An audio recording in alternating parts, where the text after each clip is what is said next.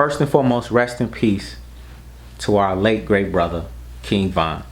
I want to say I send out my condolences to his family and all of the people in his organization who supported him, and they're taking this as a huge loss. And I want to say this video, I'm going to be a bit critical of that situation, and I'm going to say some things that may sound insensitive, and so about what we can learn from these type of situations. But I want to be clear, because this is like nigga shit that just happens over and over again, and we need to stop this nigga shit. We need to stop this. But before I go into it, I want to just be clear. My goal is not trying to disrespect Von in any way, because I got nothing but love for all of them cats. I'm from Chicago. I grew up in Inglewood. A lot of these cats, I understand where they come from, because this is where I come from. I'm a little bit older than these guys, but I gotta speak and talk about leadership and how we gotta tighten up how we move. If you are mourning right now, and we all are, I want to say you may not want to watch this video, because you may be sensitive to what I'm saying, and you may think that you might take what I'm saying the wrong way, because I'm going to be critical, and I'm going to break down how, first of all, Von, from what it looks like, I wasn't there. Let's be very clear. I wasn't there. So take all of my words with a grain of salt. But only reason I'm even using that experience, I'm only even speaking these guys' names, I'm just looking at this as an example of these situations keep happening. And it's a cycle, all right? So I'm not trying to target these guys, but since that's the topic everybody's talking about, I'm just offering my input, and we're just going to look at that as an example, please. With that being said, that night, based on the video footage, and more so based on the video I just saw on DJ Academic's page, where the guy who's the manager gave who was there, who also got shot at the same night, he's in a video like that. You got to put certain messages out when it's trending. So forgive me if I come off insensitive, but we got to learn and grow and do better. All right, family. So the manager explained what happened that night. And one thing that he said was that Von was acting different. Normally he's a little calm and collective, but this particular night he was moving different. Like he was making moves without letting his team know. And then he went to the spot. He was sitting in a car. He got word that one of the ops, right, another dude he don't fuck with, was supposed to be close by. And so Von just impulsively got up, went outside to find a dude, bumped into him, and started whooping the dude's ass. And then within a blink of an eye, boom, shots are fired. Everybody's confused, and unfortunately 3 men are dead. But there's countless amount of people that are affected by this. First of all, most people aren't talking about the other 2 men who died with Von. And that's very sad that 2 other men had to die because Von got impulsive. Because he decided, let me put it to you like this. Let me ask you a question. If you were, let's say you're sitting in your car and you got your children with you. You got your children in the back seat. And then you find out and you hear that somebody who you don't like, that you got a disagreement with, you got a beef with, that person is outside, in near another car. Are you going to get up out of your seat, leave your kids to go whoop this person's ass? If you say yes to that, nigga, you stupid, okay? You're impulsive, more importantly. I'm not even going to call you stupid, because dude probably did need his ass whooped. I don't know what their business was and what the beef was about. And Von probably needed to whoop that dude's ass. But I'm saying there's a certain way that you have to move, and it's not about being impulsive. He didn't think about how if you just go out here, whoop this dude's ass randomly, you haven't alerted your team, nobody, y'all not moving in sync, you just moving off of pure emotion, boom, anything can motherfucking happen. He didn't think about that. And 2 of his guys got killed in the process, in addition to himself, unfortunately. And that's sad. And not only that, but then the motherfucker who shot him, the gunman, now he's locked up. He probably got a family and children. They can't see their father. So now all of these children are affected because now you don't have black men in the household. in a moment of niggas being impulsive. The problem is we have to have more discipline. Guys, you gotta be and one thing that's you gotta be disciplined enough to keep your cool and not allow your emotions to overtake you. A motherfucker that's just impulsive and they just reacting to everything, you're out of control. And usually people that are out of control like that, unfortunately, they don't have a strong male in their life that they grew up with. They probably didn't have a father, because usually it's the father that helps guide you to stay focused and keep discipline. Even though you may want to fight, you're going to think and say, hold on, it doesn't make sense to do that right now. I'm going to give you here's another question I have for you. Imagine if you had $50,000 cash in a book bag. My question to you, if you're not at home, you got 50 bands, and you're not driving, you got two options to get home. You can get on a subway train late at night, or you can call up an Uber and get a motherfucker to drive you to the crib. Which one would you do? Or call up your buddy and get... I'm going to assume if you're smart, you're going to get a motherfucker to drive you straight to the crib, because you got 50 bands. You want to protect that. See, the problem is most of these niggas are moving around like they have nothing to lose. And this was a situation where it sounded like he just impulsively got up, not even thinking that, hey, he ain't even thinking, nigga, I'm at work right now. You know what I'm saying? I'm a rapper. I'm at work. I'm traveling with my squad. We got too much on the table to lose to be fucking with this little goofy ass nigga. That wasn't even, was it even worth it for him to try to even whoop dude ass in that specific instance? Most likely it wasn't, especially when you talk about your life on the line. Let's say if it wasn't even his life. Let's just say if it was his livelihood. In some way, you know, what you got all these motherfuckers that you're feeding, family, motherfuckers in your crew, and now you risk all of that shit because you impulsively just want to start whooping the motherfucker ass. That's not gangster. And especially it's not gangster when you're only targeting other black people with that energy. And that's what bothers me, is that niggas will get so on sight with another black man, I'm gonna whoop this man's ass.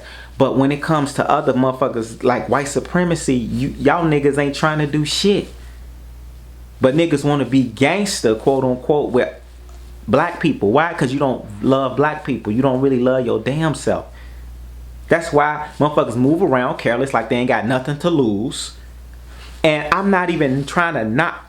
Please believe I'm not knocking Vaughn, because what I'm simply saying is I come from that environment, and I'm trying to encourage us to realize we have a value. You got to move around as if you walking around with $50,000 cash in the book bag. You got to pick and choose how I'm gonna get home, how I'm gonna make this move, because I got some valuable shit that I'm walking with. So you got to move around like you're valuable. Move around like it's other motherfuckers dependent on you. I mean, don't get me wrong. Sometimes you gotta whoop a motherfucker ass. Well, if you gotta do that, then, but be smart about it. You know what I'm saying? You gotta be a little more strategic about that shit. It's too many, and we all are impulsive at times. But I'm gonna say there's things that you can do to practice self-discipline, man. Many things. I don't want to go about that, and I don't want to talk about that shit in this video about what you can do to be self-disciplined. That's another video. But we need to do it, and we need to stop looking at each other like, oh, well, you a gangster if you target other black people and you say you gonna whoop their ass on sight. Nigga, that don't make you no gangster when you only do it for black people. That make you a bully. That make you self-destructive. You just a motherfucker that don't love yourself, because you picking and choosing who you gonna have hate and anger over. But when you see another motherfucker that you feel like you can't challenge, like white supremacy and the motherfuckers that work for it and put it in your life every day, oh, now you don't do nothing, or you act like you don't see it, like it don't exist. I love you, brothers. I truly do. Don't take my words as trying to be disrespectful. Don't take my words as me trying to condemn and say, because the brother definitely didn't deserve that. But I'm sad that all these children don't have the black man in their family now. That's what saddens me. I'm sad that some niggas is looking at this and now motherfuckers want to continue to retaliate and commit more violence against each other when it, nigga, like, you're too valuable to move impulsively and let your emotions just rule you. Don't don't forget that if you're a man and you're becoming a man, it's important that you have discipline, self-control. All right? Because in one moment, everything can fucking change. And this is something that we all have to do. We all have to do that. So it's very sad, man. I send, again, my love and condolences to that young brother and his family and everyone else who's affiliated. I want to see these brothers grow up to be successful and be leaders in the community. But we have to not only work on our emotions and get healing, but not only just that, but we have to seriously be accountable for our actions. Unfortunately, that night, brother was very impulsive. Sounds like he could have been intoxicated. Maybe he could have been drinking, smoking, wasn't in his right mind. He probably, he probably grew up watching a parent, a mom, probably a single mother, whom was just always emotional, impulsive, and just do what she want to do, reckless. And it's like when you were a young boy and you just got your mom, you just get used to acting feminine, having feminine energy. And what I mean by that is, that means you're acting like a woman. It means that you're acting emotional. You allow your emotions to control you. You just out of control. Versus when you got that masculine energy, you know how to control yourself a little bit better. You say, let me sit my ass down. Let me think, about a bigger picture. Let me be a little more logical and strategic with the way I move. Let me be more in tune with God.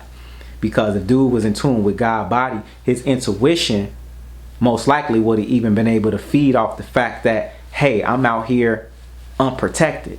His intuition didn't even pick that because he's intoxicated probably.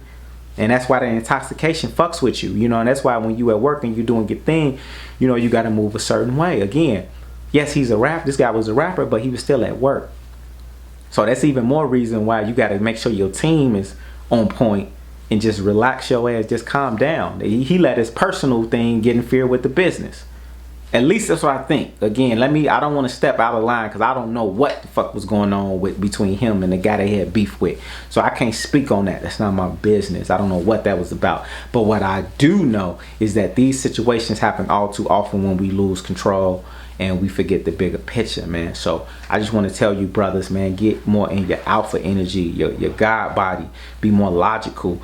Keep solid dudes around you. Like, it's important that we have fathers, strong male figures in our life. When you look at people like Michael Jordan, Michael Jackson, Mayweather, Serena Williams, Beyonce, these are all folks that had fathers in their life, black fathers who helped them stay focused so that they could be disciplined to be great.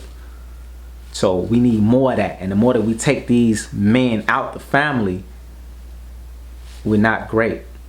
And when we listen to the music, and don't get me wrong, I've made music about like fuck a nigga this and shoot a nigga that. You do it for fun sometimes, but we gotta realize when you're smarter, when you're more mature, when you know better, you do better. And so we gotta get out of the condoning that lifestyle and that music too much. I'm not saying don't do it at all, but I'm saying there has to be a level of an understanding responsibility on what comes with that, because music is spells. You start listening to certain music, it's going to put you in a certain mind state and the energy to go out and want to do some shit that you would normally do, just like taking the pill, just like drinking. I'm saying this because literally the same night King Von died, I just had my younger brother just got killed in Chicago too. So this whole situation is hitting me in a very personal level. So again, I'm not saying this to be critical. Forgive me if I come off that way. I am saying this for love and for us to learn from this so that we don't repeat this stuff and we have some type of growth and development and some love and some progress. So God body, I love y'all, and I hope this message reaches you with progress. And I apologize me putting this message out when it's so close to the date that he passed. And it may come off insensitive, but I feel like in the social media age, if I was to wait to put it out, most people probably wouldn't listen based on the algorithms and stuff